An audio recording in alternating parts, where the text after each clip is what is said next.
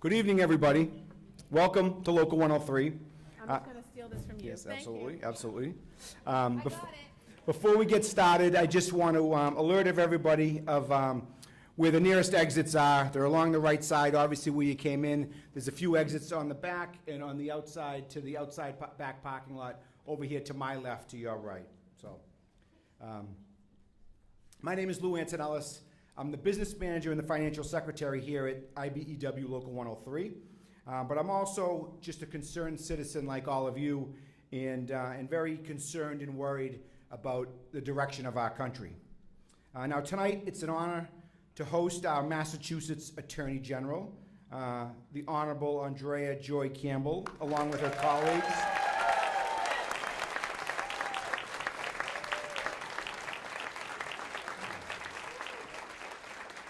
Along with her colleagues, Connecticut Attorney General William Tong, Maine Attorney General Aaron Frey, Rhode Island Attorney General Peter Neronha, and the Vermont Attorney General Charity Clark. So, I know this is a New England event, right? But I have to admit I'm a little disappointed that the New York Attorney General, Letitia James, couldn't be here, and I'm guessing it's because of the Celtics-Knicks playoff scenario, right? Yeah, she probably didn't want to walk into enemy territory, knowing that the Celtics bleed green here. But we'll miss her nonetheless. But Andrea Joy Campbell is here. She is our fierce and our fearless Attorney General. But in this hall, and to the members of IBEW Local 103, she's much more than that. She's a trusted friend, a dedicated public servant, and a powerful ally of the labor movement here in Boston.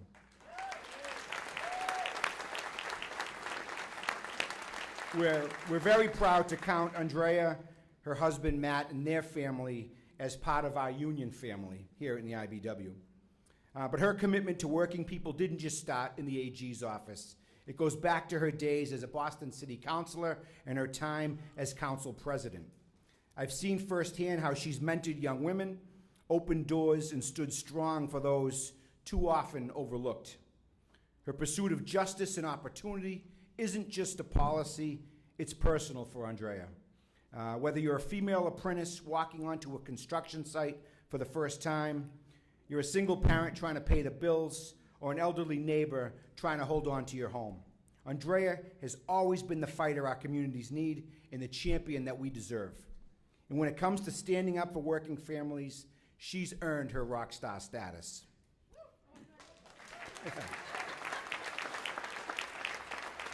And you know, after last November's election and the anxiety that goes with it, you know, we all felt that our fight was going to get a little tougher, a little steeper, and our work a lot harder. And those words ring truer and truer every day for Americans because of this administration, and unless, of course, you're rich. But leadership doesn't just matter at this moment. It's essential right now and every day going forward. And in these challenging times, we're lifted up and we're inspired by our Attorney General and her colleagues here tonight that have been leaders of our union, of our state, and our country need. They stood in the front lines defending the rule of law, holding the administration accountable, and protecting the rights of every New Englander and every American.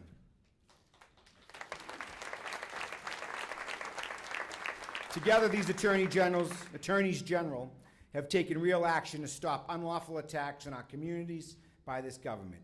They're fighting to preserve funding for education, medical research, and for infrastructure. They're safeguarding our basic human rights as American citizens, and they're defending against the destruction of our United States Constitution. And they're using every tool available to defend working people, and tonight they're here to share their stories and answer our questions. So let's stay informed, let's stay engaged, and most importantly, stay united, because together we can meet fear with courage and rise to this moment. So once again, I want to thank everybody for being here. And I want to tell you how much it's an honor for me and a distinct pleasure to introduce a fighter, a true American patriot, my good friend and our Massachusetts Attorney General, Andrea Joy Campbell.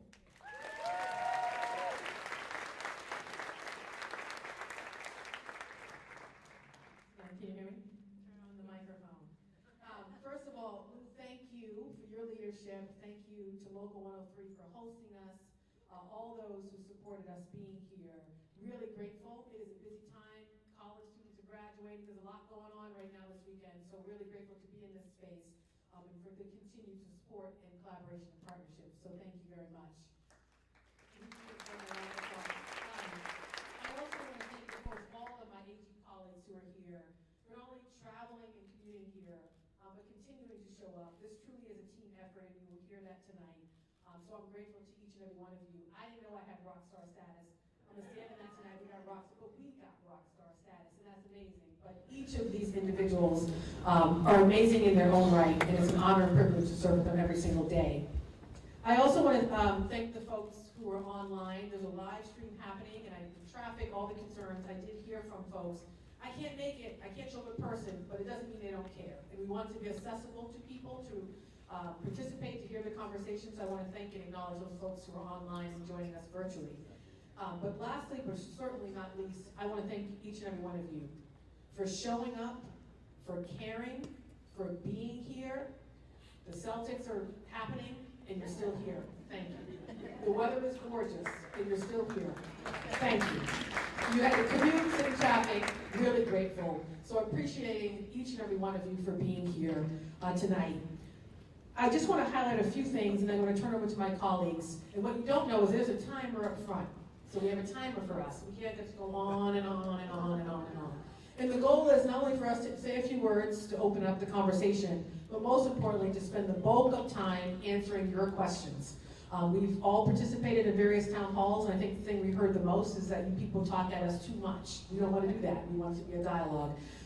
So each colleague will have, I think, is it 2 or 3 minutes, Maggie? 3 minutes to say some introductory remarks, and then, of course, take your questions. I will just say, I feel blessed to not only represent all of you as your AG representing Massachusetts, but I actually feel more blessed to be a part of this coalition in New England. We are traveling all across this country, and yes, Democratic AGs, and it's only Democratic AGs that are stepping up and holding this administration accountable. And that's the lack of trying to engage our Republican counterparts all the time, but they're nowhere to be found on these issues. But I'm grateful to be in New England because we not only punch above our weight, but we are engaging with each other in a meaningful way, operating as a team, and everyone should be proud of that. We are not only holding this administration accountable and being creative in how we do it, we're pushing the envelope in that response, we're taking risks, and we're exercising courage. All of us probably have a target on our back, but we say, bring it on. We welcome it, because we know it's at stake. We know why we do this work.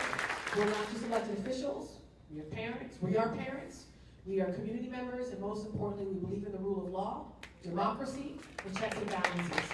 So I'm done talking at you. Honored to host this in Massachusetts with my incredible colleagues. And frankly, it was the first time the office has ever hosted this, which is kind of crazy. The office has been around for centuries.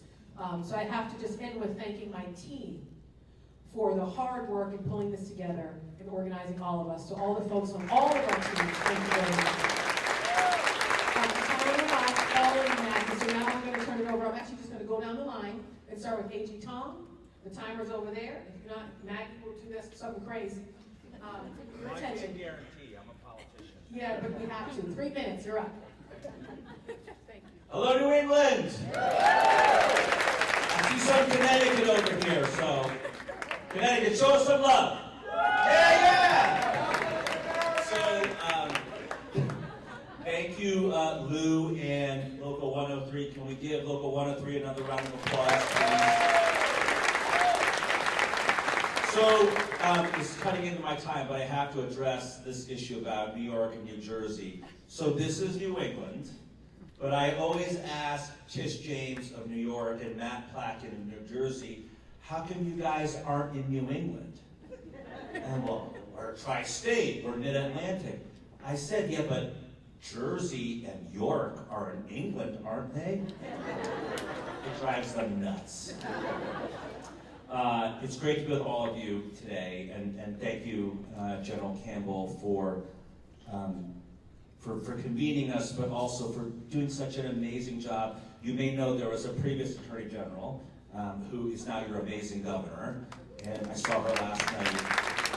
And those are big shoes to fill, but you have filled them and then some. So thank you so much, Andrea. You said that so many of us, so many people walk around with a target on our backs, and that's true for so many of us. But it's true for those of us sitting up here tonight. And you know, in the president's first term, he talked about denaturalizing American citizens. And they still talk about that. The most extreme voices, Stephen Miller, in his cabinet, and his staff. And he's talking about my parents and my grandparents. And then when he starts talking about anger babies and denying birthright citizenship, he's talking about me. And so yesterday, General Campbell and I were in the Supreme Court fighting to protect birthright citizenship.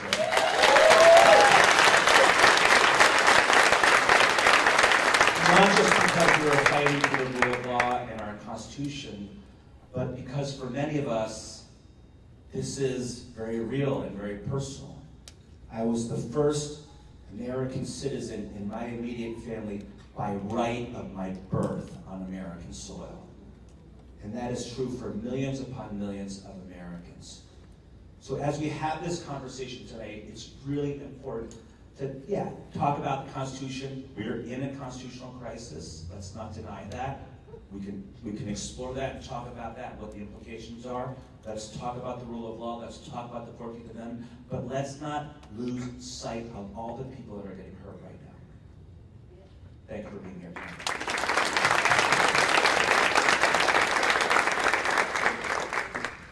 Well, you know, I'm from Rhode Island, so I don't expect many people to be out there. We're small, after all.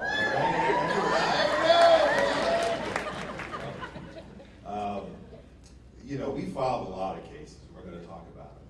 We filed 6 in Rhode Island alone, and I'm really proud of that, the confidence that my fellow AGs have had in our team there. But it has been a collective body of work. But to me, I try to explain 2 things to the Rhode Islanders that I've met in person in the last 100 days.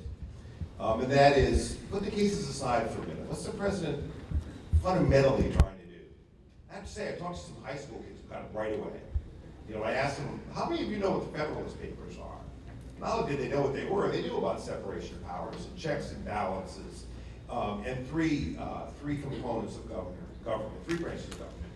And what the president has done by effectively sidelining the Congress, and a lot of our cases are about this, particularly in Rhode Island, by saying that, look, however the Congress has decided to spend our taxpayer money, it's not the president's money, it's our taxpayer money. Whatever the Congress has decided about that, using their power of the purse, that all of us have learned about for generations. When he ignores that, he sidelines the Congress. And when we go to court and beat him on that, and we win, and not only do we win the arguments, we stop him because we are getting injunctions in every one of these funding cases. What does he do then? He undermines the legitimacy of the district courts. And so when he does that, he takes another branch of government and tries to sideline it. So what we have and what we're dealing with here, in my view, is a creeping authoritarianism. And it's not really creeping, is it? And so we have to fight. And this is a time for attorneys general, because we are fighters by nature. All of us are lawyers. All of us are litigators. Some have been prosecutors, some have been civil attorneys. Some have done, one of my colleagues, in this case, indigent defense. But we have fought for justice, and we are now fighting again for justice. And when Rhode Islanders ask me, where do I find hope in these dark moments? What can I do other than to lift my voice? And that's really important. But what I tell them is, remember that every day, okay, there are lawyers that get up in the morning, like all of my colleagues here and across the country in Democratic states, that get up and fight for you. We are your lawyer. So while you're going about your business, we're fighting for you, and we're winning. And I hope that we will all take some hope from that. Thank you.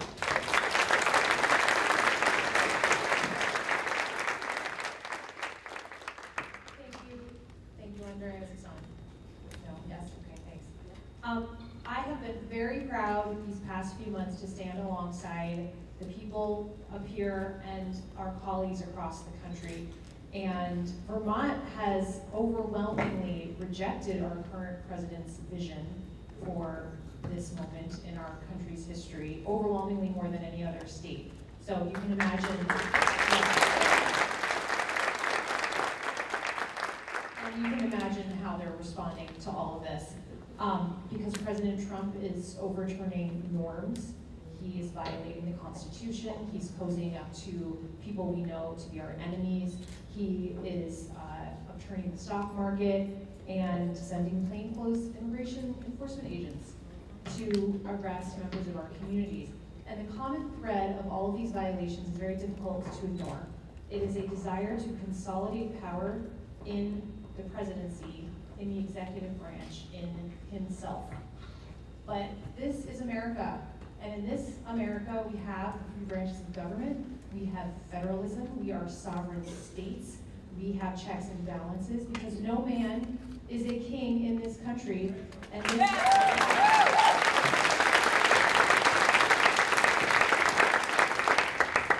no kings is kind of a major kind of brand, if you will, of our country. It's like a melting pot of immigrants. We believe in freedom, and there's no kings. And I like to say we have one queen, and that's Beyonce. But that's it.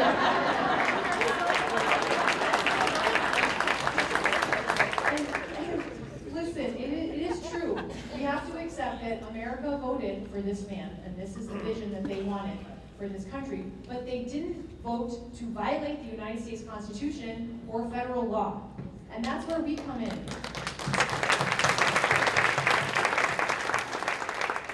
Our job as attorneys general to fight illegal and unconstitutional actions on behalf of our states, and I'm proud of our patriotism and commitment, but you have a role too. This is what I tell my constituents in Vermont. You have power too, and you are patriots too.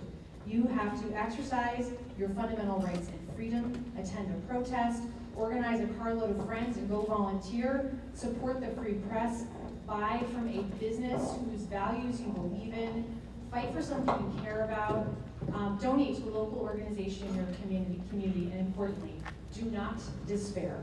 Our country is strong. It was built to overcome a tyrant king, right? It is built to be a government for the people, by the people, of the people, and we will not perish on this earth. We have a republic, we will keep it, and I think we're fighting so far, we're going to keep fighting for it. Thank you.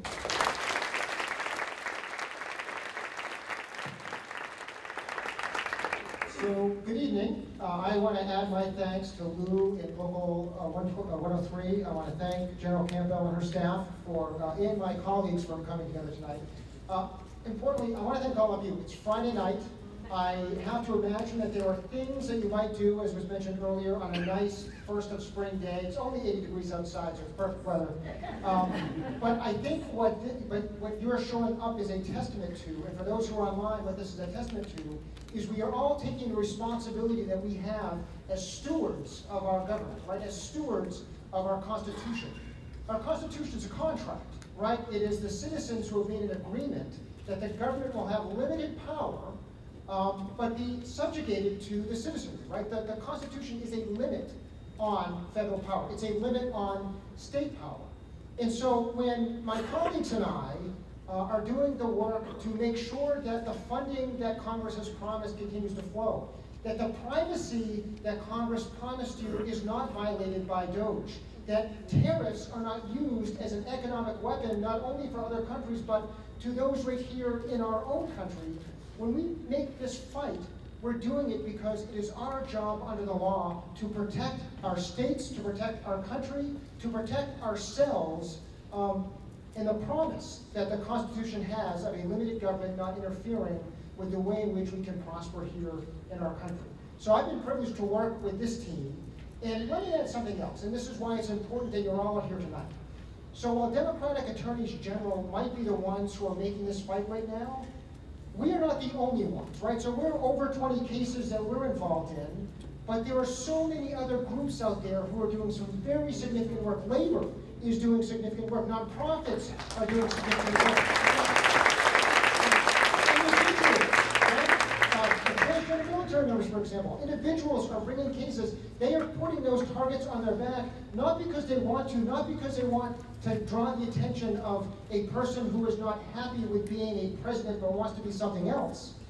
They are doing it because it is their job as citizens of this country to make sure that that commitment that they asked for by those who are stewards of our government are fulfilling the oaths that they took before they took over the roles that they're taking.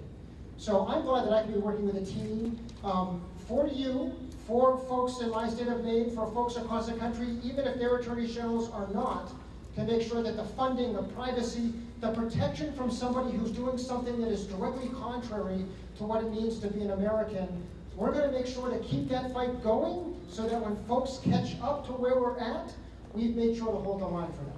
Thank you for being with us tonight. I look forward to your time. Thank you, all my colleagues. Thank you, Maggie, Timer. God bless you. So I'm just going to set some ground rules as we ask folks to line up. We're still going to aim to get out of here at 8:30. You don't got to go home, but you got to get out of here. We'll take the last question around 8:20, 8:25, so we have a lot of time. But we are attaching time limits because if people have questions, we want to get to as many as possible.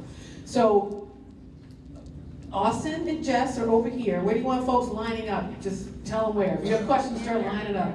And over there. Don't be shy. And over there. Either side.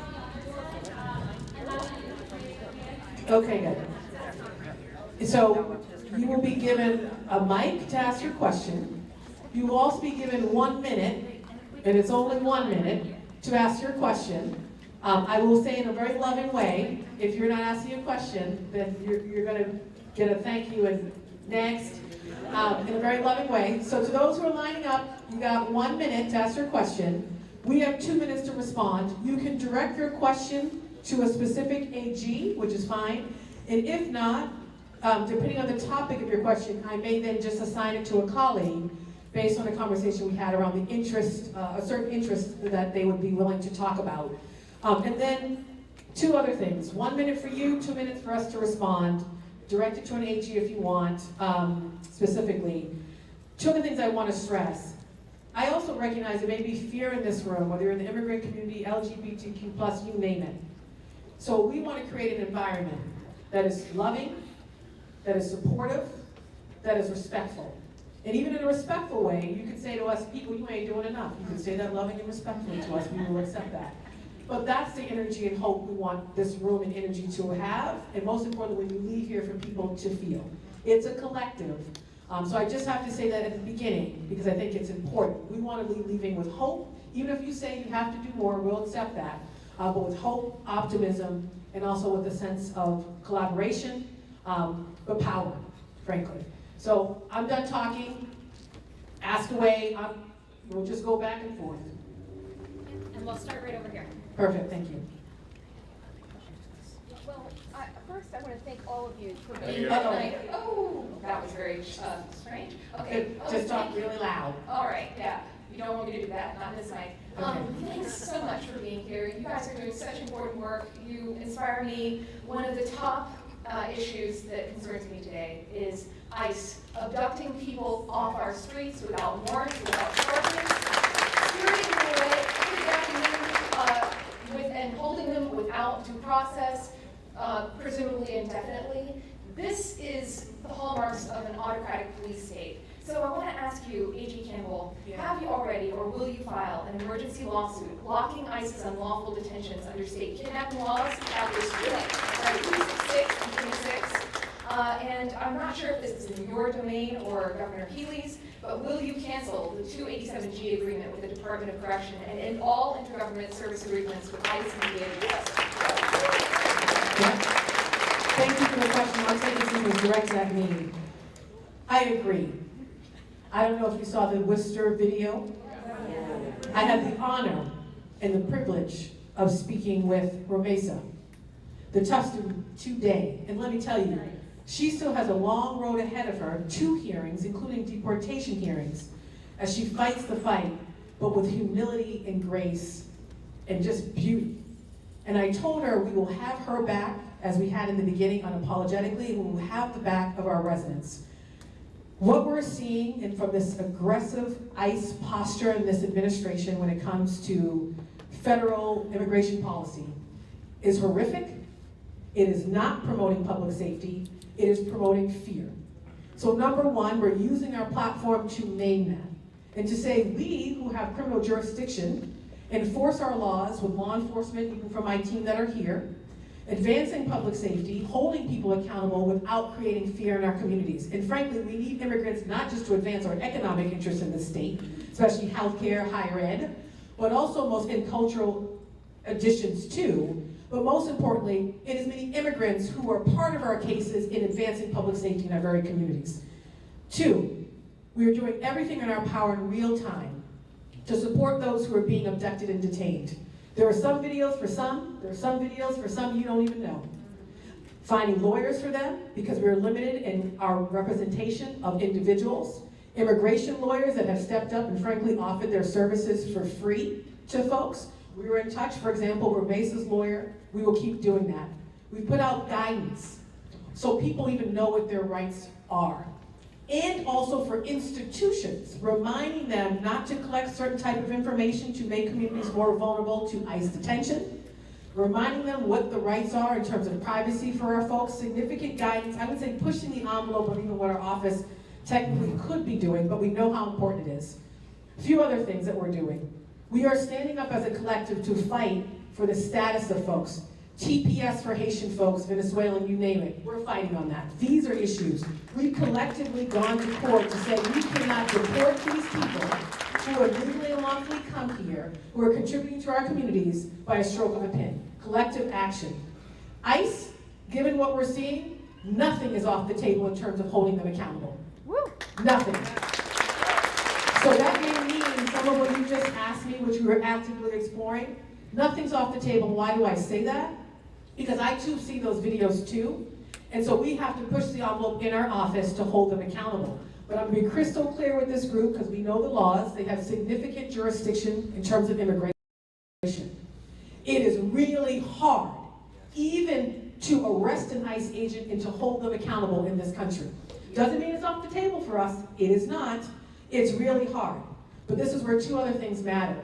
Who's in the White House and voting. Yes. Voting. I asked folks, did you vote? Did you engage and encourage other people to vote? If you didn't, well, what we're seeing in terms of this federal policy and immigration policy comes from someone who was elected. So that's equally important, not to discount it.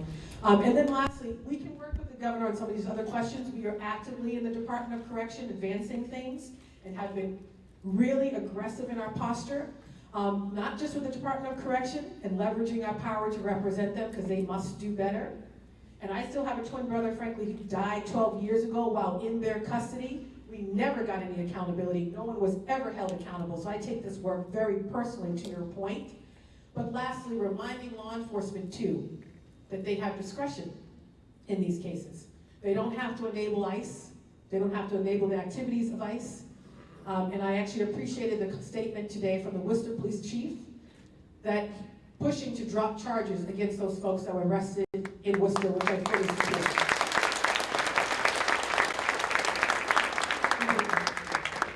And I'm taking that question because of the activity we're seeing specifically in Massachusetts, my peers will see, but I'll keep asking more questions and we can have folks come back to it. But it is hard work, and I just want folks to know that. It's not so easy.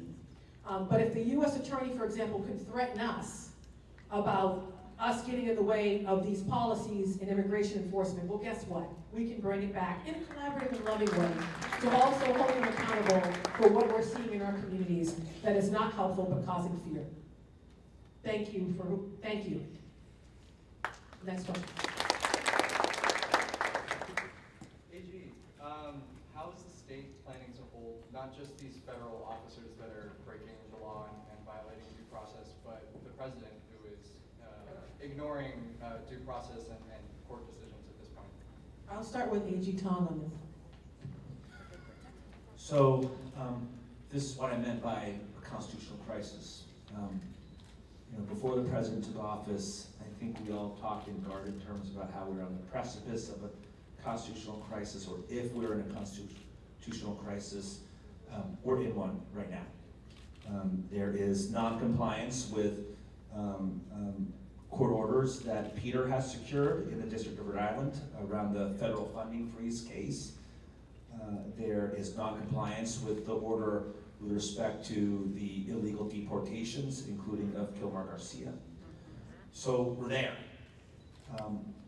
The good news is that the courts, despite that non-compliance, are largely holding. And the Supreme Court today denied the president's use of the Alien Enemies Act, so that was an important. So I'm a Democrat and an elected official, and I say, as a Democrat, I know I'm in the twilight zone when I love the Bushes and the Cheneys. And every night I'm like, come on, Amy Coney Barrett. We were saying that yesterday. Kavanaugh too. So the best answer to that is, and this is a much longer answer, we can get into it, but our democracy is one big honor system. That's what democracy is. We arrogate to self-government. We think we can do this. And as part of that, if the president or somebody as powerful as the president doesn't comply, there are limited avenues of recourse. And so that's why all of us have to put as much pressure as we can, wherever we are, in whatever state we are, and to make it as hard as we possibly can for them to get away with this, and to shame them into complying with their basic constitutional duties. And so there's not a good answer because, as we all know, there's police for all of us. But as a general matter, as you go up, higher up in government, there's no overarching hand that comes down and makes Donald Trump comply. He just has to do it. Let me say though, you said about giving hope. What gives me hope, sorry, I'm over 3 minutes. What gives me hope is that America is still too big, too decentralized, too a little bit crazy and chaotic to be swallowed whole, right? We're still 50 sovereign states joined together by our consent in a federation. So the answer is to be as noisy and chaotic and boisterous as we can be in every state, every jurisdiction, and make it hard for them every step of the way.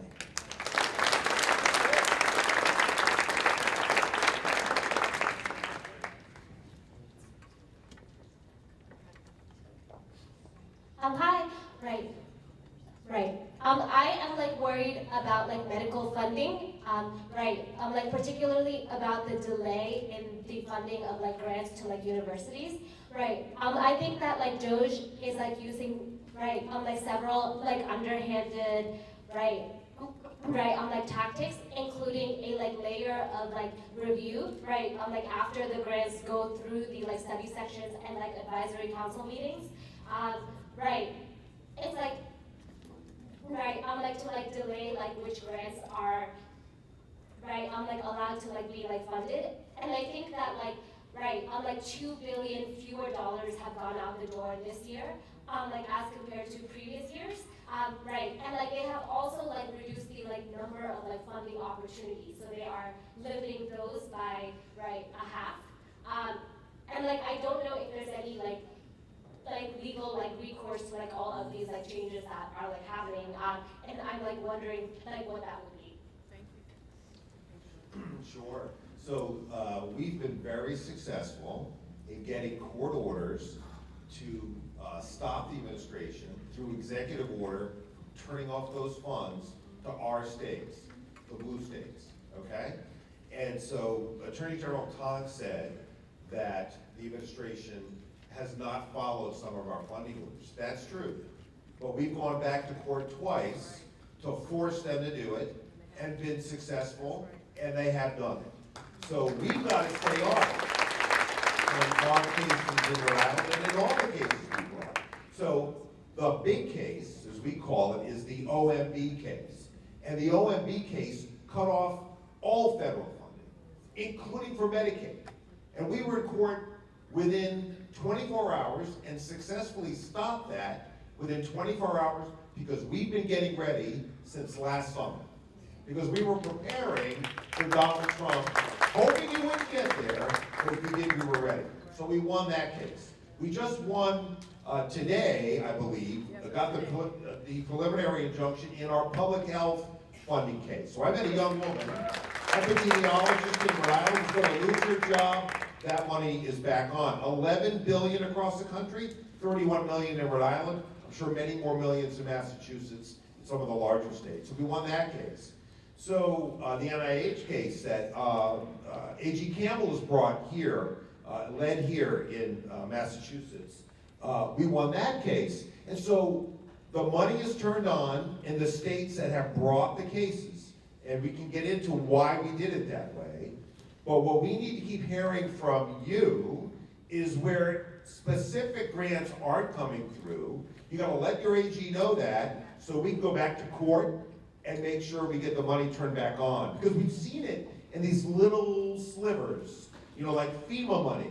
It's like passive aggressive behavior, like from a child, frankly. But we go back to court and we get it done as long as we know about it.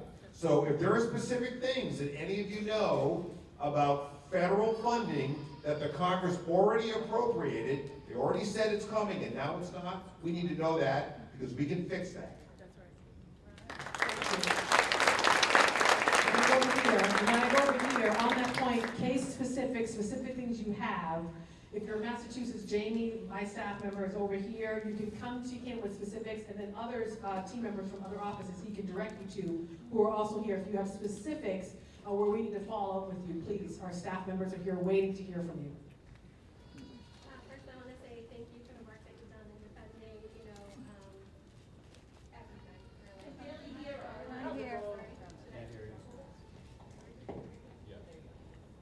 Okay. I want to thank you all for the work that you've been doing. It's incredibly important. And I want to say hello. My name is Colleen, and I'm a newly elected member of the town of Brookline, Massachusetts. Congrats. In our next town meeting on warrant Article 28, which seeks to reaffirm our dedication to take action to defend the Constitution and the rule of law, and to defend against all enemies, foreign and domestic.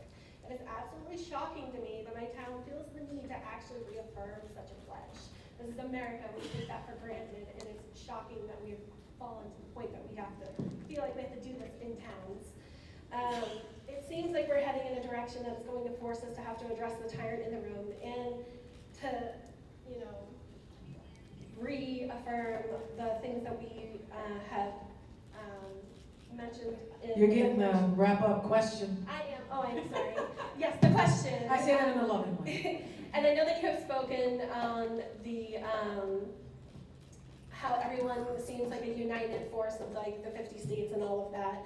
But my question is, do you have, I'm sorry, it seems like our United 50 States needs to reaffirm our dedication to each other, to our rights and freedoms, and to protecting our country from domestic threats, which clearly this administration is.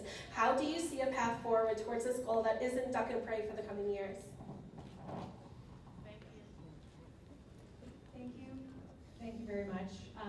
I hear in your voice the sense of, frankly, like patriotism in our country, love of our country, and I feel like reaffirming that to ourselves is, it's always nice to start there. Like, this is why we care so much, because our country is a wonderful, free place that believes in the value of liberalism. So starting there.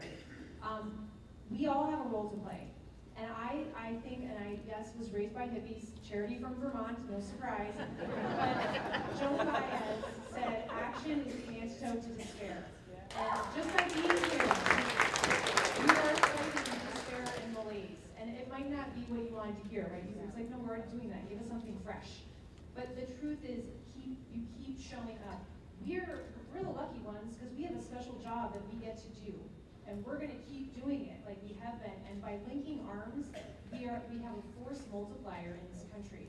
You know, I think about teensy little Vermont, I have 640,000 constituents in my entire state, but I'm lucky because I have all of these people and all of our colleagues across the country who are Democrats, who I can lean on, and we can do this work together. So lucky us, we're gonna keep doing that.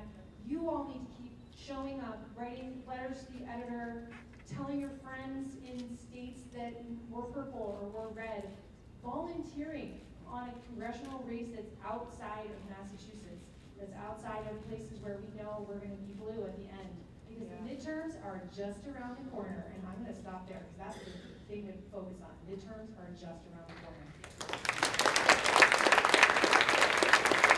We got a minute.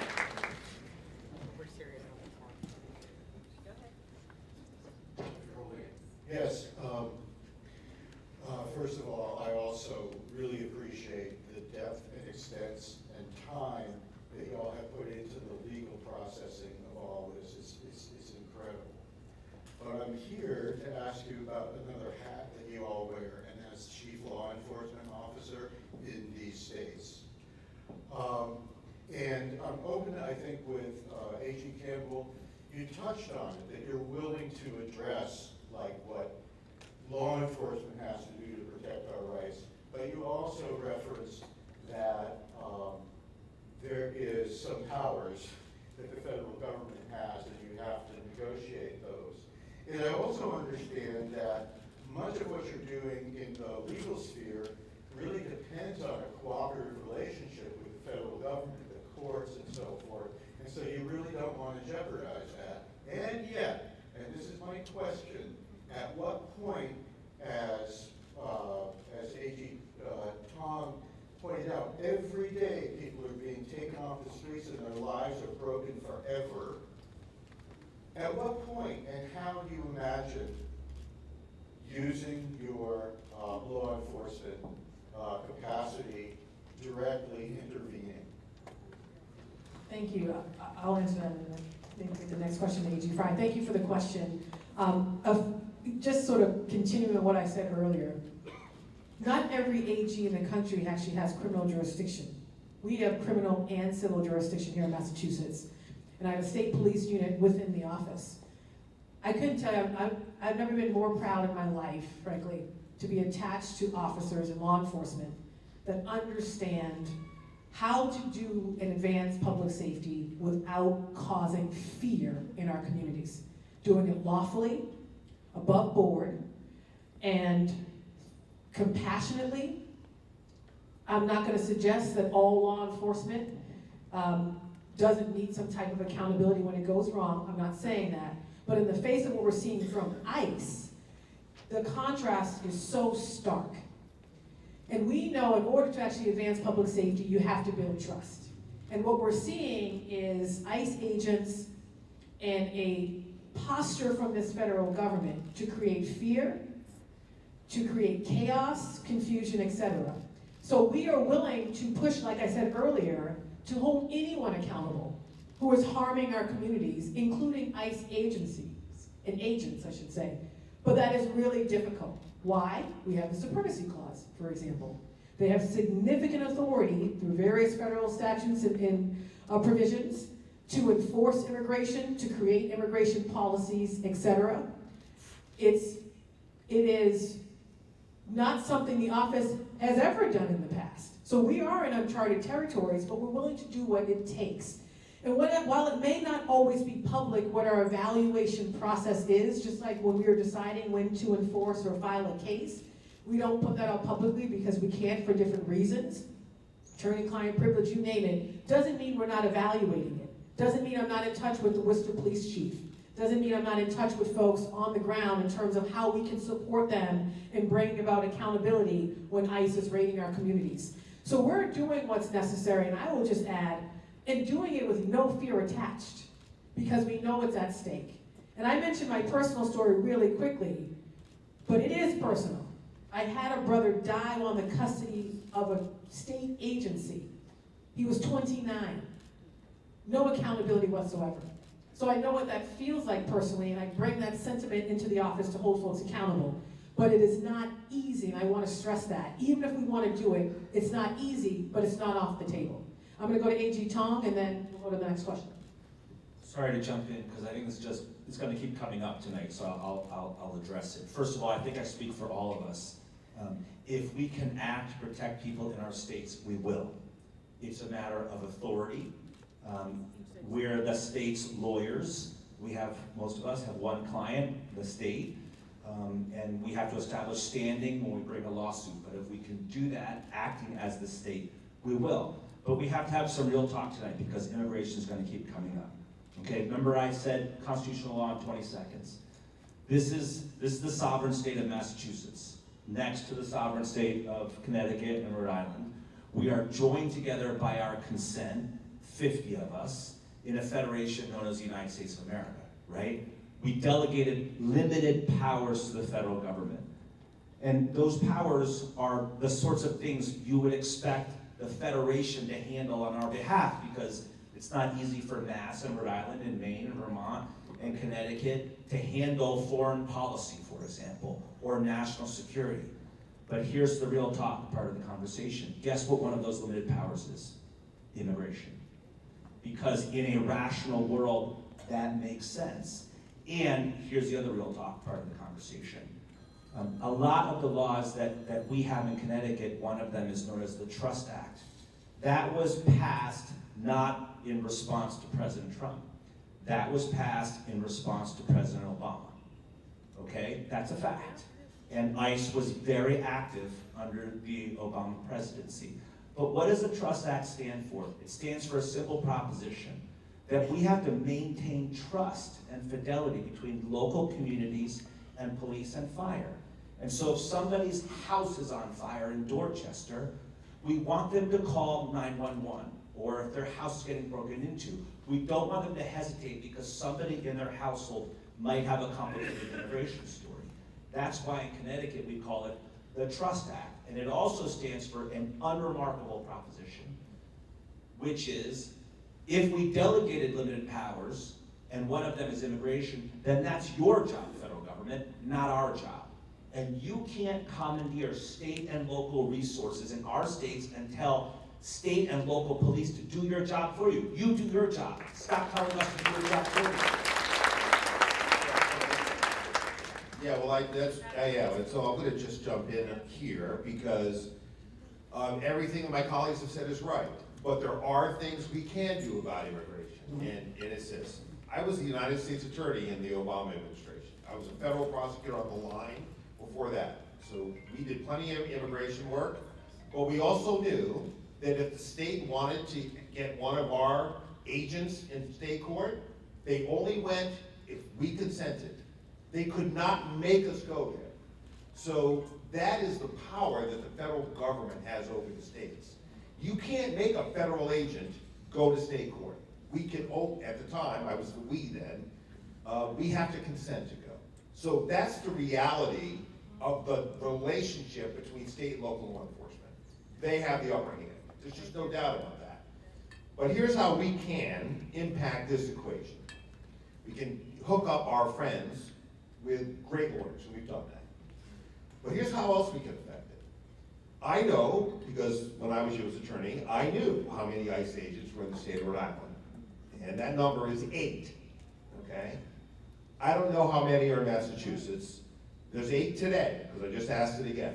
8 ICE agents. What does that mean? That means nothing to a person who is taken off the street by ICE. Nothing to that person. But what it also means is that if you go up just to 5,000 or 10,000 feet, they're not capable of doing the kind of immigration work they want to do alone. And that's why they are trying to commandeer us to do that work for them. And so we collectively in Rhode Island, either this week or last week, they run together, I'll admit it, we filed a case that says, look, you can't make us, somebody asked about the 287G program, you can't make us sign up our state troopers and our Providence Police Department to do your immigration work at the point of a gun. Meaning, they want to withhold our highway money, our infrastructure money, our disaster relief money, if we don't sign up. We filed a lawsuit collectively in Rhode Island that says, You can't make us sign up, okay? But that's a really important case, right? Do you see the stakes there? It's either we give them the man and woman power they need to do the kind of sweeps they want to do but can't, or we give up our highway money. And in Rhode Island, if you followed it, my Rhode Islander out there, we're missing a bridge, okay? So we need that money. That's why that fight's really important. So we're doing what we can, but it's not for lack of trying that we can't be everywhere we'd like to be.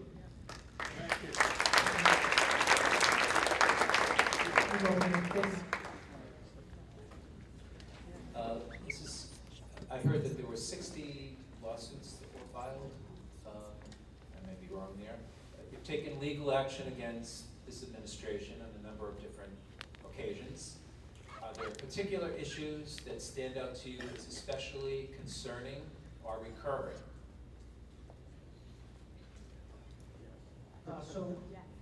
Yes.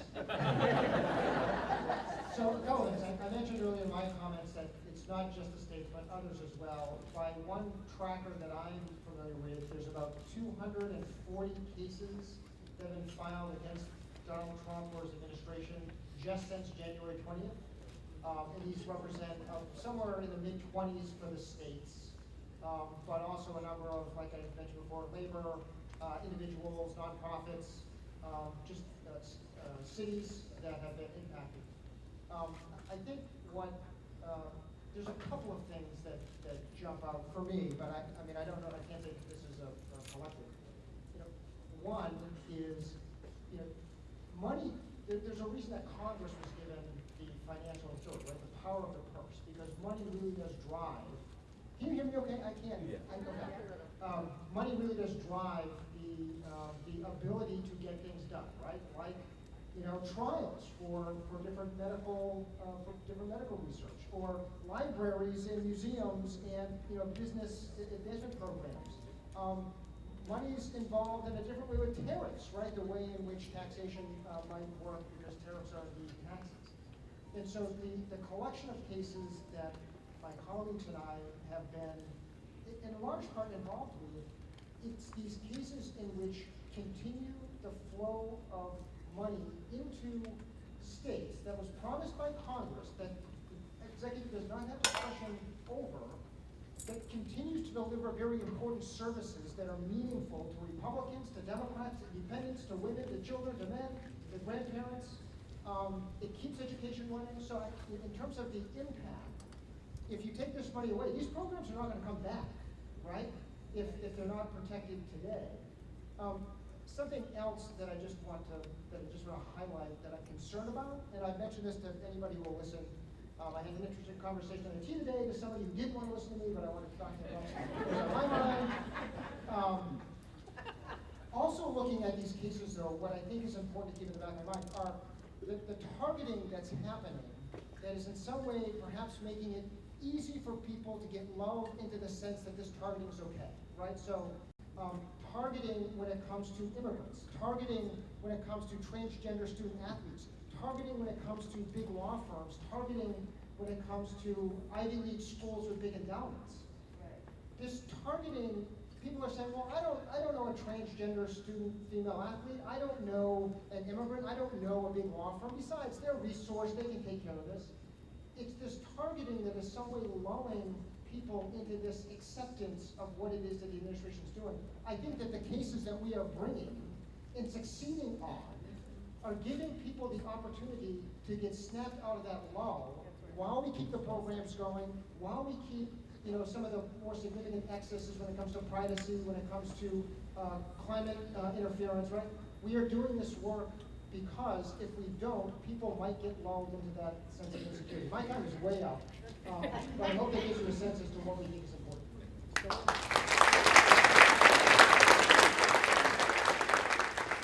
My name is Vinny Coyle, business manager of the Ironworkers Local 7 here in Boston. I'm also a member of the New England District Council of Ironworkers. We represent Local 15 and 424 in Connecticut, Local 37 in Rhode Island. And my question is about, any state with a port, the offshore wind. You know, we have grants out there right now that we're, you know, teaching apprentices, men and women. They're out there. To date, we have just under 29,000 man-hours that work on these projects. So not only do you have the iron workers, you have the electricians, you have the carpenters, and you got the painters. And my question is Local 4 as well. My question is, with the offshore wind, do we see more of, you know, more projects getting shut down? You know, we just came from an offshore wind conference down at Virginia Beach, and the big thing was talk about the facts. Talk about the facts, because he's shooting from the hip and he's telling lies that are spewing out of his mouth. You know, there's no life growing on the seabeds, but there is. There's actual footage of marine life coming that's growing around these turbines and actually producing life. Good to see you. We just filed a lawsuit on this, all things offshore wind.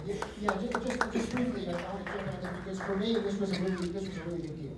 Because we did have permits. We had an installation that was literally like a day from hitting the water. And the technology, the jobs, you know, all of this promise of a clean energy future was halted through a wind directive, right? And so as Andrea had mentioned, we did bring suit pretty quickly. A number of states brought suit to work to get that rolled back, to get that stopped so that we can resume with that work. But there's more to it, right? So two parts. One, we are fighting to make sure that money that has been stopped that goes to clean energy development in the first place, because that is jobs, that is what's going to be our energy future, that is what's going to keep both communities and individuals, you know, functioning, employed. You know, we do have cases in which, a number of cases, in fact, you know, Washington versus Department of Transportation, New York versus Trump, the funding that I know Maine and some other states have been involved with relating to clean energy programming. We are trying to keep that flowing. On the second side of it, I'm also worried about the offshore drilling that is going to be promoted by certain executive orders. I'm concerned about the interference with the climate, the climate deception cases that many of our states have been meeting on. In fact, Rhode Island was one of the key leaders in the climate deception cases, the big oil cases. So we're trying to make sure that that disruption doesn't happen, because we know that our energy future is dependent upon the work, the research, the labor that goes into putting these things out in the water. It's a lot better than offshore drilling, which is just going to destroy those ecosystems that you brought up.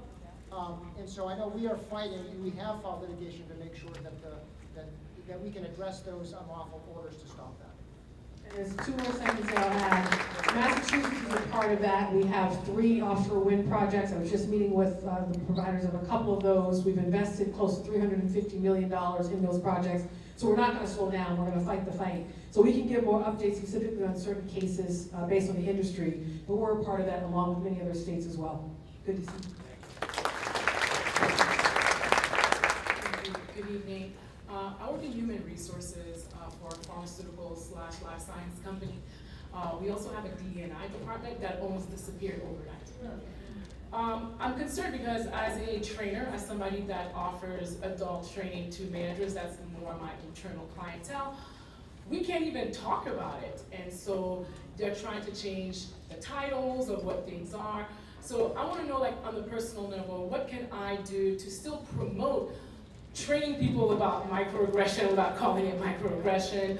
Or, you know, the department is technically there but not active because we do receive federal funding, we sell to the federal government, we are a global company. So I guess I'm trying to find out for me, and somebody in HR who truly believes in it and is so passionate that I have a target on my back in my job, because I am truly passionate about what I believe in and what I want to do, all the way up to vice presidents and presidents. What can I do in HR or in my capacity to be able to still talk about it? You can do a lot. We actually just hosted a webinar, AG Raul, Democratic AG out of Illinois, AG Ford, Nevada, another Democratic AG, AG Bonta, California, and everyone on this stage has been pushing, not only through various lawsuits and statements, but also guidance to folks on how they can continue to promote those lawful policies, and saying it's not just about black folks and that misinformation out there, whereas frankly some black folks are saying, I didn't even benefit from DEI. But that's a whole separate panel. But it's about inclusivity for everybody, those who have disabilities, feeling empowered on their job, etc. It is about a consumer engagement and experience with an organization. It is about decreasing discrimination claims. We don't need another report on that, or increasing the bottom line of a company. So this panel has been forceful in saying not only keep the language, but do what's necessary. If anyone has a question on DEIA, and if you're in line and you have a question on DEIA, maybe just give someone else time. But Angela, who is my chief of DEI, is here, who hosted that webinar. I don't know where she is. I saw her at some point. Find her, the team can help you find her, because we have a whole host of resources we've shared across state lines for this very purpose, to support folks doing the work, and we recognize it's hard, so you're equipped, you have the tools, and we can be a resource to you. Can I also say, thank you for your question, but there's nothing wrong with what you're doing. It is not against the law. And so, yes, everybody needs to be smart. Everybody has their own risk assessment for their nonprofit or government agency or city or town. Fine, I get it. But by and large, what we're doing is not unlawful and is fully compliant with federal law. So we have to stop with the anticipatory compliance and the bending of the knee. And let me also just say, sorry, this gets me fired up. This whole idea that we can roll back history, right, and demography, and that somehow we're going to become less diverse, America's going to be less diverse, is a joke. It's not going to happen. We're not going to suddenly not elect women as attorneys general in this country, right? Look at this room. And so I just want to say, that dam has broken.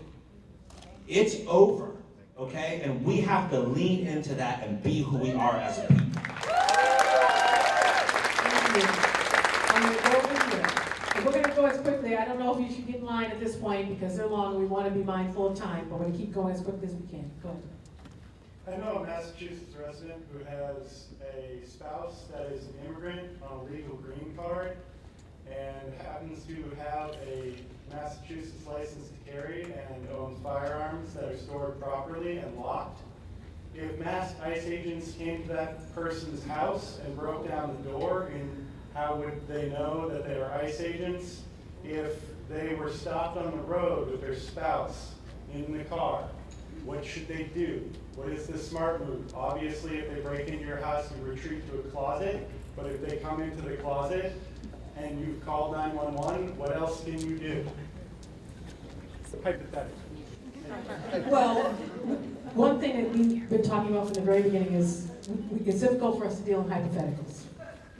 That being said, if you're representing the voice of a constituent who's like, connect with us now, right? If there's fear in that household, whatever it is, team members are here, connect with us now. There's a whole bunch of tools we possibly have. That could be helpful, but I don't know because it's a hypothetical.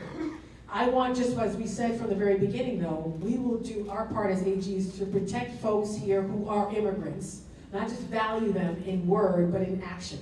And all the actions we're taking as a collective is to protect this population of folks that are in fear.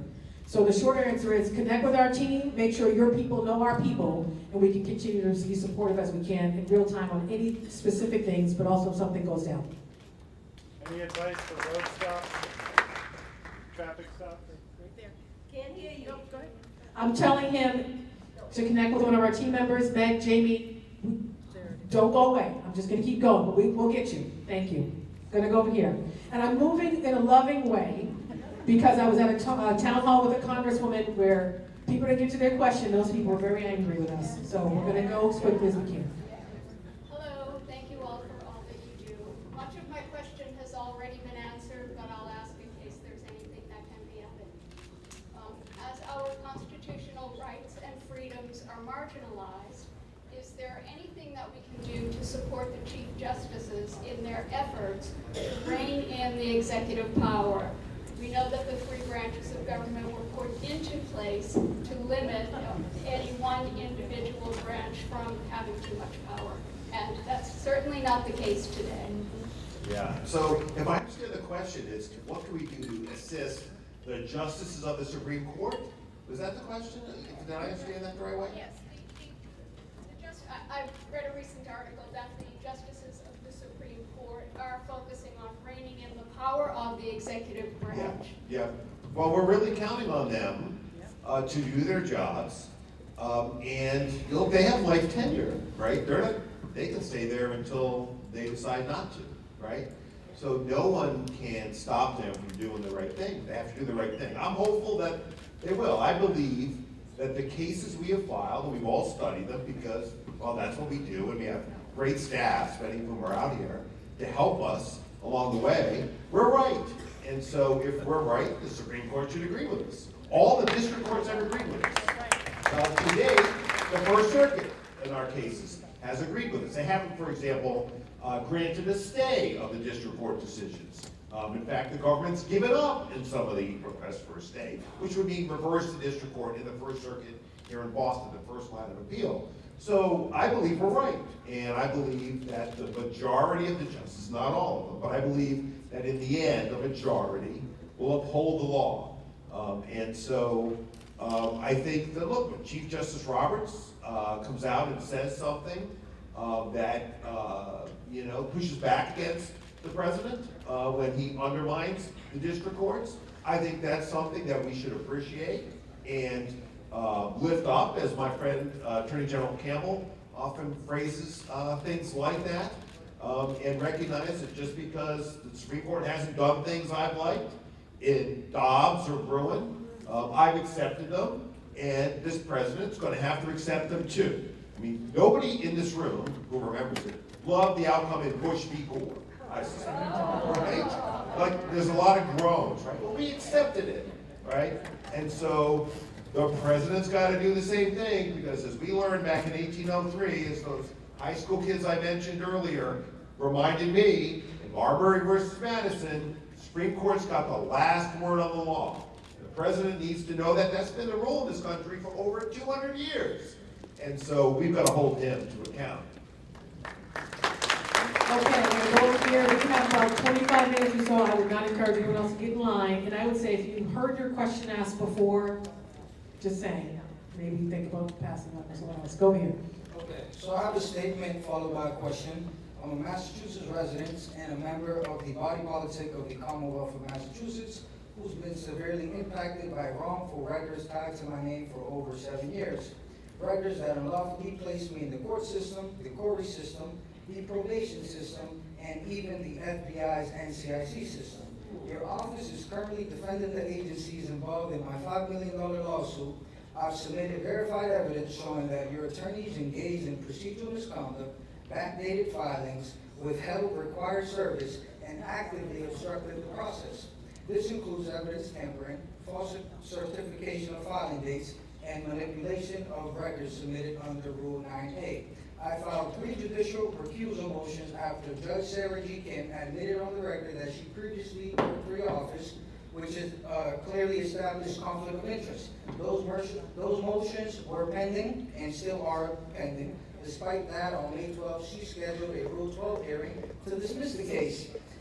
So I won't be able to talk about that in this context. But what I need from you, Meg is behind me, I need to get I can't talk about that in this context. Can I follow up my question? Go ahead, yep. Yeah, what steps will your office take to address this obstructing, evidence tampering, judicial corruption tied to your own staff? And if you refuse to act, what does this say to every Massachusetts resident seeking justice through lawful means? All about justice, no doubt about it. But because yours is so specific, I can't answer it from this group, but if you can go over here, give your contact, and go from there. I've sent 3 presentments and I've reached in January and I have no answers from you. So stay right there, I'll be walking off. Thank you. I'm gonna go over here. Hello, thank you for everything that you do. I am a sexual and reproductive health care executive. I run an organization that does that work here. So Attorney General Campbell, Tong, last night, seeing you speak, it just means a lot to us. The SHIELD laws that you've put into place and the advocacies that you're doing for people to be able to access their care.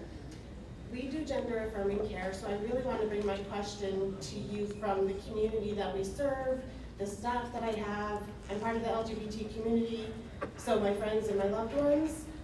How are you protecting people's identities with identification that's coming that does not reflect their identity, that they are losing access to some of their care, whether it be health care or job opportunities, because there's differentiation and privacy that's being dug up to identify them as a different person than who they are today?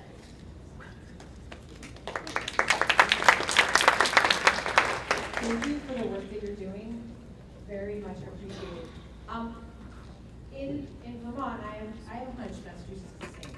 There are state laws that protect transgender people.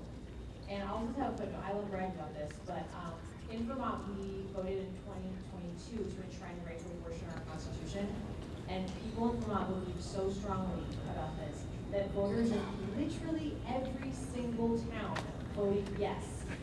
Even the towns that voted for Donald Trump still were like, but not abortion. So I feel, and I know that resonates throughout the really strong sense about the idea of reproductive liberty. That's what the amendment is called, the Reproductive Liberty Amendment.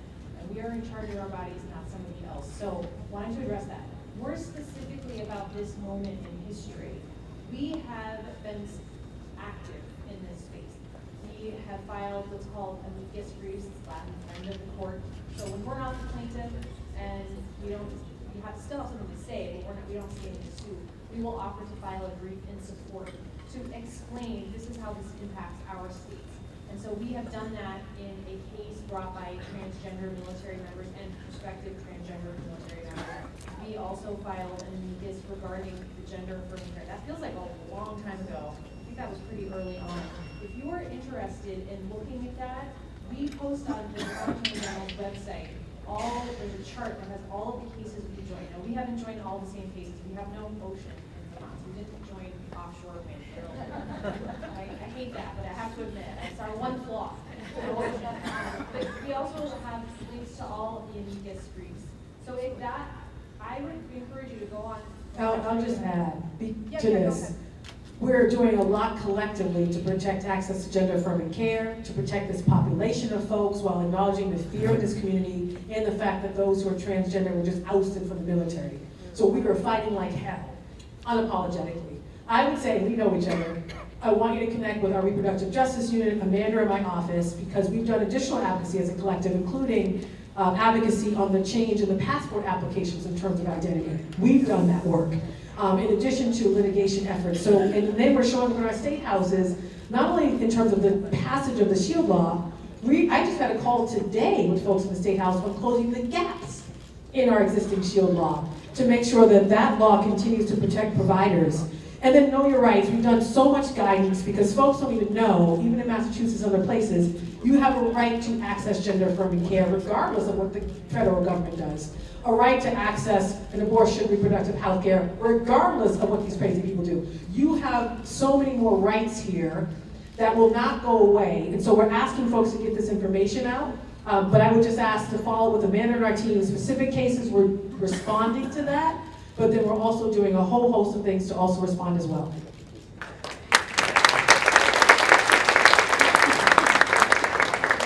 Oh yeah, that too. We have a Washington State case with one of our AG Brown in Washington on gender affirming care, in addition to other advocacy boards we're supporting on a whole host of issues as well. And I was just at Western New England Law School on it was a panel discussion, maybe 2 hours. I think it was recorded.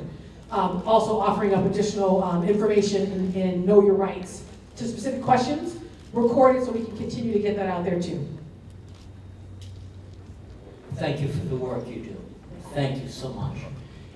Just about everybody in this room gets an electric bill, and it's too high.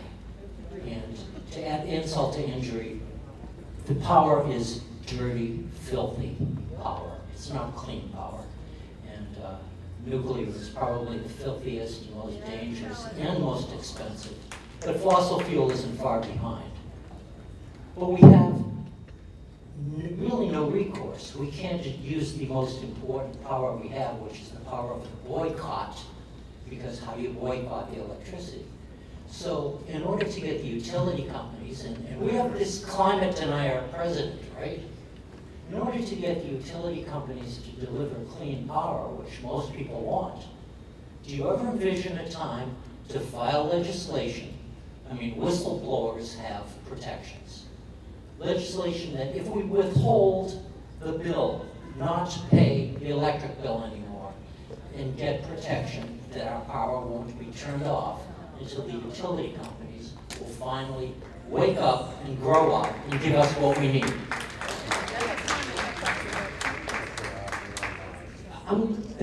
First of all, it's good to see you. Great to see you. That's a comment. People can exercise their power wherever they want. We will keep advocating like hell to lower the prices of utility bills. We've taken an aggressive posture, including most recently winning on GSEP, to not allow these utility companies to continue to put on the backs of ratepayers the monies for leaks and infrastructure projects that they should be covering under this GSEP provision, which we won before the DPU. So we're doing a lot in terms of advocacy. We have other team members here and in the back on that one. I just want to be mindful of questions. Onward and upward, we're with you on that. Including competitive electric supply, which is also promising savings to our people, but not giving any savings. We're in the State House right now asking them to help us ban this residential policy and companies that do this because of the millions they are costing our consumers. I'm going to go over here in a loving way. So I actually put a question online that I would like all of the AGs to answer related to my paid work, which is that we're 25 years into the largest predatory loan crisis. And trust me, if we had had all that money in the last 25 years, I doubt this guy would be in the White House. So I'm interested in speaking to all of your offices about how you can get the information we have about how it's been done, how it's being done, and that all of it is not only civilly illegal, but criminally illegal. And I could show, if you would give me a person, it will take many hours, but I can show you how it's being done. The question I had tonight is related to, of course, for those of us who were on Eureka Street in Worcester 10 days ago. It appears that folks do not know that in New England, all of the New England states exercised their state constitutional powers to stop federal marshals when the Fugitive Slave Act was passed. And that our state constitution in Massachusetts, I haven't checked the other New England states to know what is still on the books, but in Massachusetts, it is still on the books that we can stop a federal marshal. And nobody seems to know that our state's constitutions talk about a constitutional crisis, but we've got states' rights to back us. And what we would like to know is if you will work with us to enforce our state constitutional powers to protect our neighbors, as Massachusetts Constitution says, I see the 1 minute mark. Cannot be treated differently for coming from other nations. So we want to work with you on the state constitution Understood. to protect our folks. And I said on this accountability of what's happening in our communities on all things immigration, nothing is off the table. So our team is here to follow up on that. We're exploring everything. It's hard as hell, as we said in the beginning, but nothing's off the table. I'm going to go over here. And I'm just mindful, I would not get in line because we want to be mindful of the people who have been standing for a while, so we're going to try to go as quickly as possible. And there's staff members from every office here in the audience. I'd love to know your thoughts about what you saw yesterday from the Supreme Court regarding birthright citizenship and the arguments that were being made, and especially those that focused on some of the procedural issues that may impact your work going forward as far as preliminary injunctions and injunctive relief. Great question. Great question. Great question, sorry. I thought it went fairly well for us yesterday, and let me just say this, Solicitor General of Massachusetts, Jeremy Feigenbaum, did an incredible job for the states. And I was really, I don't want to be Pollyanna, but, oh, what did I say? Massachusetts. New Jersey. But he's a part of the team. All right, I'm gonna get killed by New Jersey now. If you see this online. And I will tell you that it reminded me how this is supposed to work. Where we got to make oral argument, the government, the United States got to make oral argument, and the justices were really engaged and asked hard, important, principled questions. And I felt during those 2.5 hours proud to be part of this process. And so I'm encouraged by what I saw. I'm encouraged by what I saw from Coney Barrett, Gorsuch, Kavanaugh. I was surprised that even Alito, the Chief Justice, was a little inscrutable yesterday. I wasn't sure which way he was going. Look, the whole issue about nationwide injunctions, for those of you who don't know, weren't following closely, yesterday's argument was about technical issues, about injunctions and about relief, not really about the merits, right? Whether the 14th Amendment guarantees birthright citizenship, which it does. And there is a debate to be had. We conceded this in our argument about nationwide injunctions, because guess who also is a party to abusing them? Our Republican colleagues, right? Over the Affordable Care Act, for example, or access to mifepristone. And so there is room and space for that conversation, but I think the Supreme Court was headed in the right direction yesterday. Yeah, I just want to jump in really quickly. This is really important. We don't seek nationwide injunctions in the vast majority of our cases. So in our funding cases, the ones we filed in Rhode Island at least, and again, there's 6 cases there, we're only seeking relief on behalf of the plaintiff states, which means the blue states. Because our view, my view, and our collective view, I think I can speak for most, if not all of us, is like, I'm not gonna fight for Texas if Texas isn't gonna fight for Texas. So if Ken Paxton doesn't want to fight for Texas, I'm not going to fight for Texas. I'm going to fight for our state. So in Massachusetts, you're getting your money. In Rhode Island, you're getting your money. In Vermont, in Connecticut, in Maine, you're getting your money. Like Oprah, you get your money. You get your money. Guess who's not getting their money? In New England. The one state that's not on this table, New Hampshire. And they're not getting it because they're not part of our case, and our injunction doesn't cover them. And why do that? Well, first of all, as we heard yesterday, the Supreme Court doesn't like the nationwide injunction. So why test the issue? Number one. Number two, I'm speaking only for me, and everybody agrees, there's a consequence. We hear this all the time, elections have consequences. They do. They have consequences for New Hampshire and other red states. You're not getting your funding, all right? So the $31 million in Rhode Island that got turned back on, New Hampshire didn't get turned back on, okay? It's just one example.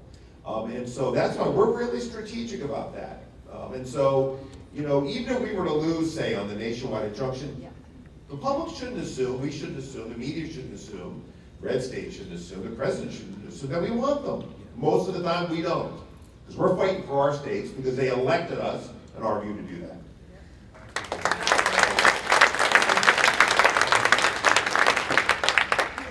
I'm Dipanshu Vincent, and I came to the US as an international student, and right now more than ever passionate about building my business on student mental health. My question to all of you is, how are we making sure at each state in New England that we're supporting colleges to make sure that their students and their mental health are not compromised, and the education system is not compromised given all the budget cuts and federal cuts that are happening in the Department of Education, as well as the federal grants that's being affected in, for non-profits, for colleges, for schools, etc. We're doing a lot, frankly, in all things higher ed. So even before I get to the Trump work, all of us care deeply about just mental health, and are prioritizing addressing that issues in our own respective states, especially in the context of young youth and kids. We have active litigation right now against TikTok, Meta, Instagram, for the causes, for what they're contributing to this mental health epidemic in our respective states and in this country. That's ongoing. That was happening before Trump. And so if anything, we're building upon that mental health portfolio by, one, going into court and filing to protect the Department of Education and all of the grants and resources that come to our respective states for mental health programming, paraprofessionals, human capital, the K-12 system, higher ed as well. Many of us are also have specialized units in our office. Here we have the Children's Justice Unit that interacts with our K-12 system, but also higher ed system. So we are doing a lot. We're standing up for the Harvards of the world. I'm a Princeton alum. go New Jersey too, but for those institutions that are not giving in, all of us in different ways have either attached ourselves to litigation or amicus briefs, whatever, to support these institutions that are doing their part, which we know is having an effect on obviously the student body. And then we're protecting international students, we're protecting students as well. Romesa, I mentioned earlier, is just one of the most horrific examples of something that happened to an international student here in Massachusetts who was abducted off our streets. So we're doing a lot. So happy to talk a little bit more in specifics on what that looks like for Massachusetts, along with other offices too. Thank you. And I just want to add one more thing, because this is so much specific to Maine. So in Maine, we had a state legislator, and this got picked up by the President of the United States, targeting a high school transgender female athlete. And you know, fortunately, our governor stood up when he was talking by the president about this. Our state stood up to support our law and making sure that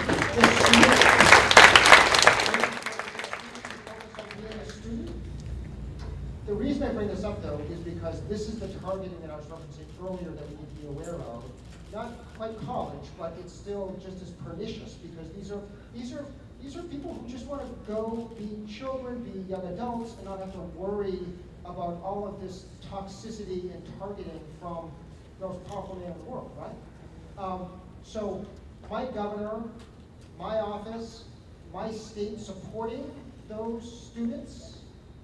It's important that we make sure we have the backs, and when necessary, stand out in front to protect, so that they know that they are supported and that their backs will be held.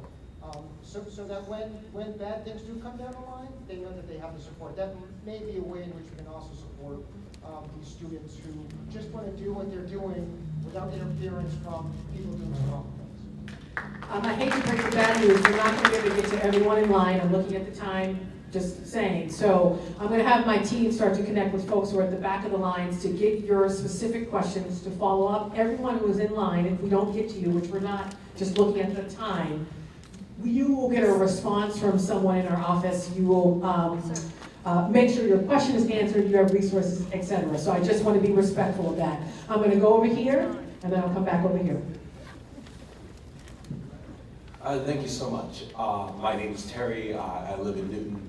I just want to say, under your predecessor, Attorney General Campbell, Maura Healey filed a lawsuit against ExxonMobil. I just want to thank you so much for continuing that lawsuit and suing big polluters. I don't know if you can talk specifics about it due to legal stuff. If you can, that's great. The two questions I wanted to pose are, one, what? Oh, okay, never mind. My big question is, how can we get other blue states and maybe even some red states to sue big polluters, especially now that we're not only going to exceed 2-degree global warming, but we're potentially going to hit 3-degree global warming by the end of the century? Thank you. Yeah, they have. They have. They've gone first, and then yes, in California too. So I would say, given the advocacy and even your shirt, connect with maybe some of the teams of these other offices, and that case continues along with collaboration with other states. Thank you.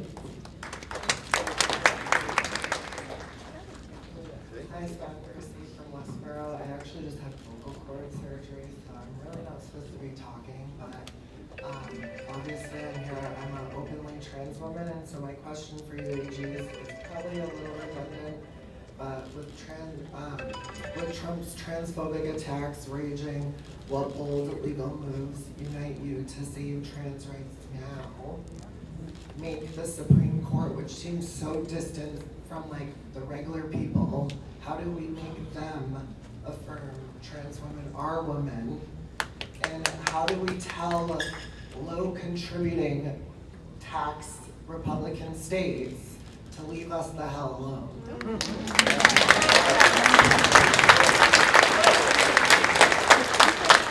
just want to say, we see you and we care about you. Thank you. So we're unique. We're not unique. Not every region is as cool as New England. Okay. And how lucky we are to be here and have so many trans members of our communities feel safe and comfortable being trans and just being themselves. And I really think there are trans people in those red states too. and they're not out, and they see you, proud trans woman. Is that something that you can do? It probably seems small, you're just being yourself, but I think that's really important. Just keep showing up as you are. And now that's not necessarily bringing a lawsuit the attorney generals are so good at doing, but I just want to reflect that back to you that you might not realize to yourself, but what I'm seeing is someone who's making a difference just by showing up. So I applaud you for that. So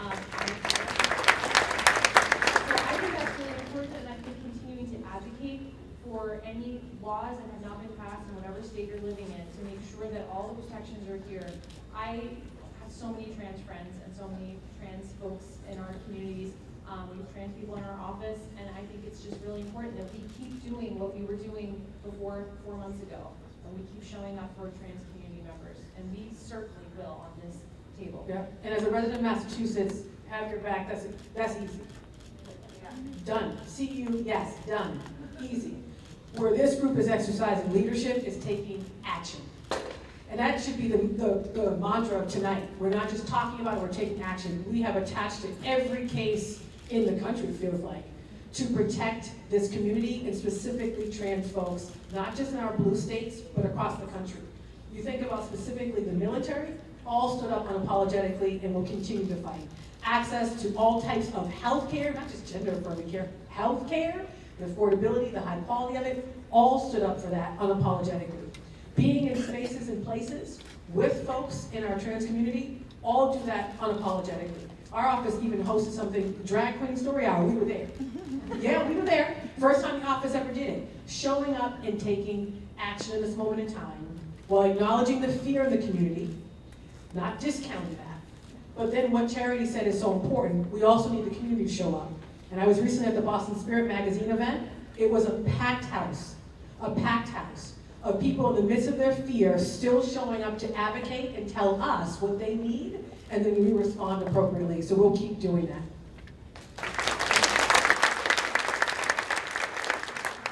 Good evening, Generals from New England. My name is Bruce.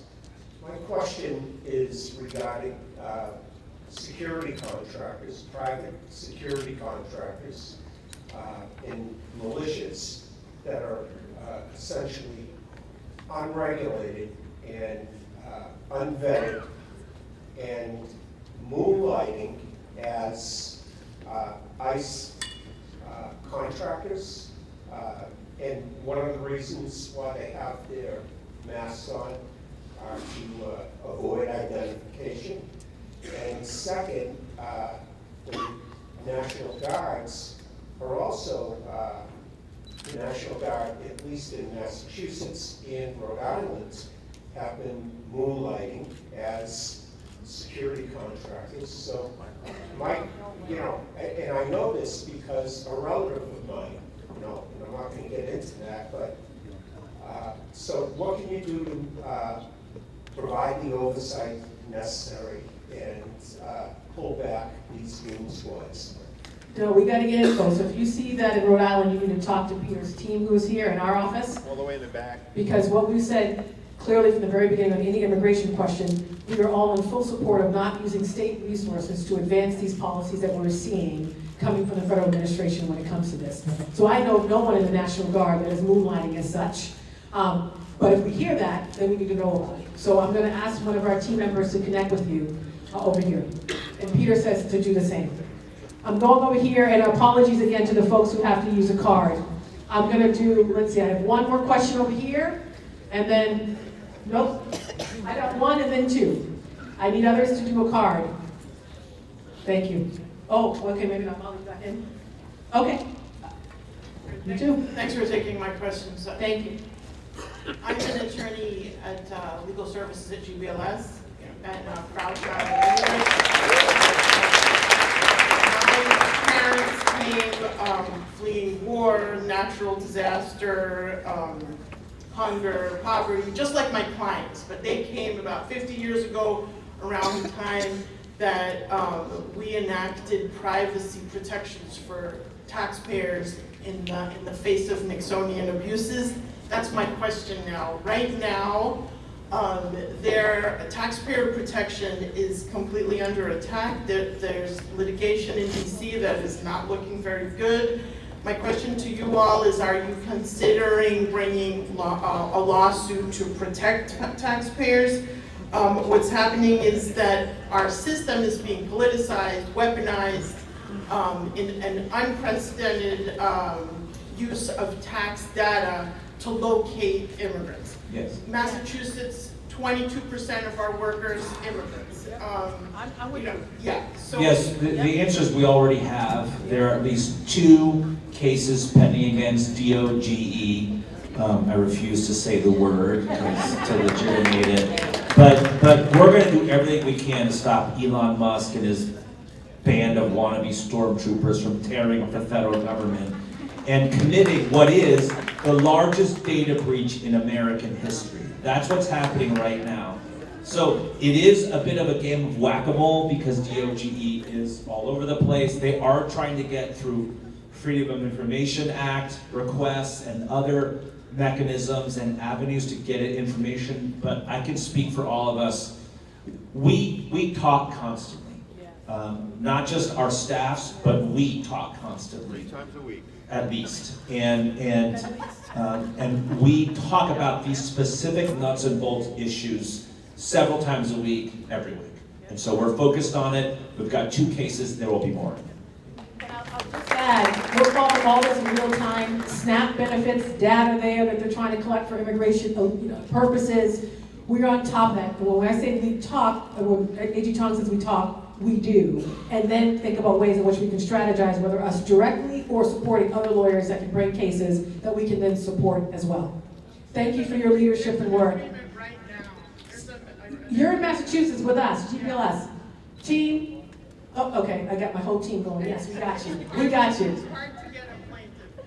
You guys are, it's easier for you guys. I know, no, exactly. That's right. Thank you. We got one more question and then it's a wrap. In a loving way. Hi, my name is Emmanuela Renee and I'm with the Association of Haitian Women in Boston. My question is about immigration because obviously the Haitian community has been targeted by this administration. And I really just wonder how your offices interact with organizations assisting asylum seekers, refugees, and TPS applicants affected by federal immigration enforcement. I can just quickly take that. We should connect with you. I know that organization well. It's great to see you.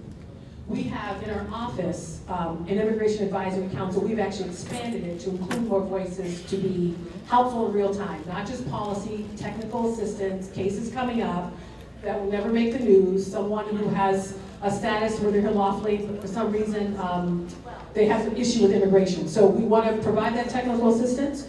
We want you to be a part of the work we're doing. This advisory board is not just sitting there chit-chatting. They're really active. We're engaging them quite a bit. We have a case now on everything related to TPS, specifically for our Haitian communities, not just in Massachusetts, other places. Recognizing, though, the number of Haitians here is substantial, including in my neighborhood, former neighborhood of Mattapan. So that, we're winning some of those cases, which is important. But the other thing we're doing that I think is equally important is using our platforms to talk about the benefits specifically of certain populations. And I've been stressing, at least in Massachusetts, to AG Frey's point of getting people to wake up. When we're talking about immigrants, what does that mean when we say their contribution? Our healthcare industry, but specifically our elder care industry in Massachusetts, would crumble if we were to deport every single Haitian that lived in Massachusetts. Crumble. Suddenly people are trying to figure out who the heck is going to take care of their loved one. That's the power of this population, including in nursing and other places. We have the data, we have the information. We've been naming that as also a way in which not to support just to support the cases, but also to give other folks to support their neighbors in advocacy, et cetera. So please connect with the team. We can pull you in a little bit more because we're doing a lot, but we're also making it specific to certain populations that are under attack. That was a great way to end. I want to be mindful because some of these folks are driving out of Massachusetts to their states. I want to thank all of my colleagues who are here for their leadership, for their work. It is a collective. They are working really hard with no fear, targets on their back. And I look at the 2 points before I put this down and we all walk out. Folks are frustrated with elected officials. We share that frustration with some elected officials, but many of them have limited tools. AGs do not. We have a lot of tools to fight back, and we are going to use those tools maximally to fight back for our people, understanding our historical context. Each of us has our own story that drives us, understanding the importance of protecting the rule of law, protecting it not just for our families, but for the next generations to come. So we will do our part. The second, though, that is equally important, we need your help. We need your support. We're on social media putting a lot of information out there. Follow us, share that information, encourage others to do the same. We'll continue to do town halls virtually, all kinds. We're showing up in various communities to be engaged with you. Spread that information. Give people a sense of hope about what you heard tonight, that there are some people fighting for them and they're not alone. That's also equally important. March, organize, push your respective institutions. Do your part, because they can't pick off, they're trying to pick off one AG maybe at a time, or one institution at a time, or one law firm, whatever. They can't pick off all of us. Good luck. So thank you all for being here tonight. I really want the Celtics to win. Safe travel to my colleagues. And thank you to all of our staff and team members.